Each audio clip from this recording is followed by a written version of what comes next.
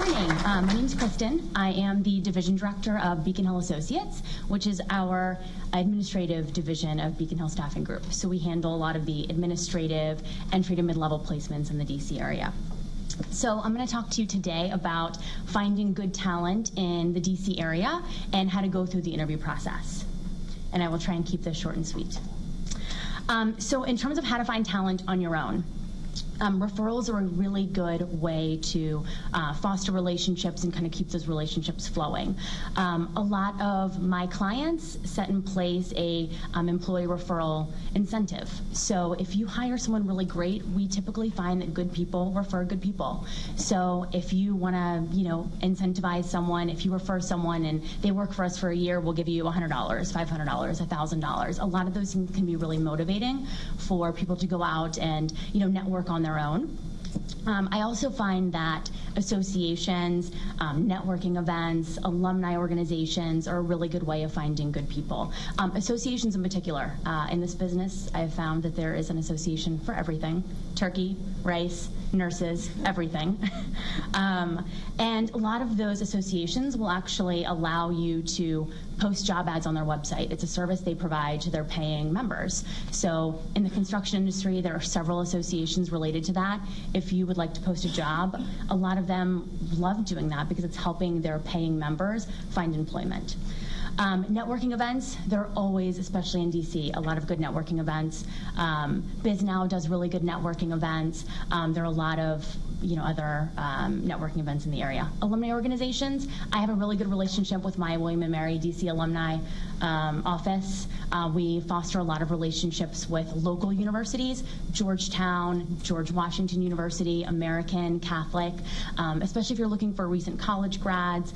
Those resources can be really helpful because the career services divisions of all those universities can be good resources for you if you're looking for those types of candidates. Social media, also really great. Posting on your website, if you're really involved in social media, getting out on Facebook, posting jobs on LinkedIn, getting your employees to update their LinkedIn pages with open jobs, I think is a really good way to kind of get the word out there. LinkedIn is just becoming a really good resource, I think, in the DC area for networking. It's a great way to target passive candidates, people who aren't actively looking. I do that all the time when I'm searching for high-level or really specific positions. I do very specific advanced searches in LinkedIn, and I'm able to target people with a certain level of experience from a certain industry, if they have a degree or not. And you can in-mail them, you can email them, and just see if they might be interested. So I think it's a really good resource that we have now. And then again, I just talked about the employee referral programs. You can also post ads. Craigslist, Career Builder, Monster, Idealist. A lot of these other career web pages also, they pull from they can pull from your website as well. So say I post a job ad on our website at Beacon Hill. It might be posted 10 other places because different companies like Idealist and Indeed source and mine from our website. So that can be a really good network as well. The downside to posting on Craigslist and Career Builder and Monster is you will have hundreds, maybe thousands of resumes to weed through. But you find some really good candidates in those. Contacting universities, again, I talked about that. Developing relationships with career services divisions and departments can be a really great resource. And then job fairs. You can attend university job fairs. There are specific DC government job fairs that you can attend. So another way to find talent is with a staffing firm. I think that, if you don't have the time and the resources, if you're posting and you see, you're getting 1,000 resumes, 100 resumes a day that you might have to go through and you just don't have the time, I think staffing firms can be a really great outlet because we do all of the legwork for you. My recruiters are the ones who are weeding through the thousands of resumes that we're getting in, and they're finding the good people in those resumes. You're gonna, when you work with Beacon Hill, when you work with other staffing firms in the area, they're all gonna come pre-screened. We'll do the phone interviews, we'll do the in-person interviews, we'll do the references, they'll do Microsoft Office testing for us. So I think it's a really nice way, if you don't necessarily have the internal hiring resources, to reach out to a staffing firm. I think a lot of staffing firms in the area can be really flexible with budgets and be mindful of that. There are a lot of nonprofits and associations that we work with, and that's always a concern for them. It's something else that when you're working with staffing firms, we really, we understand our clients, we understand the culture, we understand what they're looking for in candidates. So I think developing those relationships with staffing firms can be, and is supposed to be, a long-lasting relationship. We start to know, the companies and the profiles and the types of candidates that you hire over time. So I think that staffing firms can also be a really nice resource for you with hiring needs, if it's just temporary or even if you're looking for for an opening for a position. Okay, so now that you posted your job ad, you're actively looking, you're going to start getting resumes in. I have a lot of clients who ask for cover letters. I personally don't find them that helpful. I might read through the first sentence or two so I know that you know how to form grammatically correct sentences. I think something else that will also weed out some candidates is asking for a writing sample instead of a cover letter. I think cover letters are generic. I think people copy and paste them from the web. So I think that asking for a writing sample can also be beneficial. Writing tests. There are different avenues. Prove it. There are different websites out there that will allow you to utilize a variety of testing. You can do writing tests. You can test on Microsoft Office. You can test on QuickBooks if you are looking for someone to do accounting for you. So I think there are endless. The testing site that we use, I think, has 300 or 400 different testing options, language skills. So I think those can be really helpful as well if you're targeting someone with a really specific skill set. When you're reviewing resumes, it can be daunting. My recommendation is not to spend more than 10 to 15 seconds on a resume. You're going to have hundreds of resumes to read through.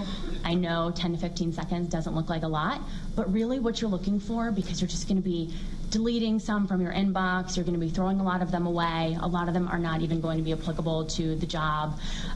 So I think that you give it a once-over. Or do you notice any grammatical issues? Do you notice any spelling errors? Is the formatting correct? Do they seem to have their skills laid out? Are there big gaps in employment? Do they seem to have good tenure? Do they have the experience and the job titles that you're looking for? Do they have the industry experience you might be looking for? So I think literally 10 seconds, either toss it or put it in your maybe pile and you can move on. Now, I don't know if everyone's going to be doing phone screens, but a lot of my clients, they'll review resumes, they'll do a phone screen, and then they'll meet the candidates in person before making a hiring decision. So phone screens, they can be 10 minutes. They can be 45 minutes. It sort of depends on your hiring style. I think a lot of my clients have 10, 15-minute phone screens. It is first impressions. Do you sound good over the phone? Can you articulate your experience well? Do you sound professional? So I think, I have candidates who call me and they panic because their phone screen was 10 minutes. It's not always a bad thing. I think it just depends on, especially if you're screening 15 to 20, even, 30 candidates a day, you might have to breeze through them really quickly. This is a time for you to really just gauge if someone is well-spoken, professional. You can ask them some tough questions. I think a lot of times phone screens are helpful if there is a gap in employment, if someone's tenure maybe isn't the best. You can get those questions out of the way and determine if someone was let go or fired. You can determine if someone just decided to take 5 years off, or maybe they were having trouble finding a job with the recession a few years ago. So I think a lot of the the questions you might want to ask off the bat, you should ask in a phone screen. Salary history is always helpful. Are they even in the range that you are expecting to pay for this role? And then you always want to allow a few minutes for your candidate to ask you some questions. And I always think it's a red flag when candidates don't have questions prepared, because they should at least be able to think of a couple off the top of their heads. Interview questions. So, again, a lot of this is fact-finding, any questions you might have. Now, sometimes cover letters do cover this, but a lot of times you're asking, reasons for leaving a job. You want to know what the salary history is. You want to know about their boss. You want to know what kind of person, the candidate likes working for. There are also technical questions. If someone's going to be doing an accounting role for you, are they very proficient in QuickBooks or Peachtree or some other accounting software? When and how have they used it? If this is an analytical role, how knowledgeable are you with Excel? Have you used formulas? Do you know how to do VLOOKUPs? These are all questions you can ask in an in-person interview. Behavioral-based questions, I think, are always really helpful. We'll actually go through a couple of these on the next slide. But they really allow you to understand if someone can articulate their past experience and sort of how, how they work with others and how they would fit in with your culture and with the role. Hypothetical questions. I think these are always helpful to ask. Something like, how would you handle competing deadlines with two different managers? I think that will allow you to understand if someone has organizational skills, how they prioritize their time. If they're asking questions, which one takes precedence? So I think hypothetical questions are always good to ask in an interview. So behavioral questions. I think behavioral interviewing questions can be really helpful. You don't have to grill someone, but I think that going through different examples and asking candidates to articulate, a time when they've done this or an example of when this happened, I think is really important. Right now I think it's also important to note that the job market is really picking up. It's exciting. It's been a really exciting time for us in staffing. I know that it's a drastic change from where we were a few years ago, especially in the DC market. I know we were very isolated with the government and other things than the rest of the country.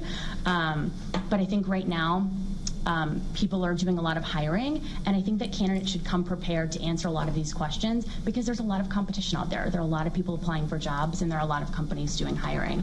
So I think it's more than reasonable to expect someone to be able to articulate a time when, when they had to deal with an upset customer or an upset employee or an upset manager and how they handled that. And, it's important they know how to walk you through that process. Okay, so after you've gone through the interview process, maybe you have 3 or 4 finalists and you're making the decision. It sort of depends on exactly what you're looking for in a candidate, but I always say trust your gut. If you're not having a good feeling, if something just doesn't seem right with this candidate, do some reference calls, ask for references. I think something else that's really important is when someone's coming in to meet with you, they should be confident, they should be able to sell their skills, but they should also have some humility to them. Is someone being really open with you? Are they sitting in the corner with their arms crossed and their legs crossed and, they're Susie introvert? It depends on your company culture. I know a lot of you all in the audience are small business owners or doing hiring for small businesses, and I know that corporate culture can be a very integral part of of the hiring process and kind of maintaining that. So I think, in addition to having, the hiring manager or someone in HR meet these candidates when they come in person, I always recommend, if someone's moving through the interview process, having them meet with other people on the team. Are they going to work well with other people? I think that's really important, especially with a small business. Your team needs to be able to get along and work well together. So I think that's just one important thing to note. But, again, are you liking the answers that they're giving? Any red flags? If someone is going to be doing outreach and working directly with clients and they say, oh, well, I'm not really a people person, is this someone you want to hire for the role? So I think it's really paying attention, taking good notes as you're going through the interview process. And it's more than fine to ask someone to come back in if you have additional questions or there's some things that you're not really sure of. A lot of my clients go through 2 to 3 interview rounds, and it's normal. Well, thank you so much for your time, and then we can ask any questions later.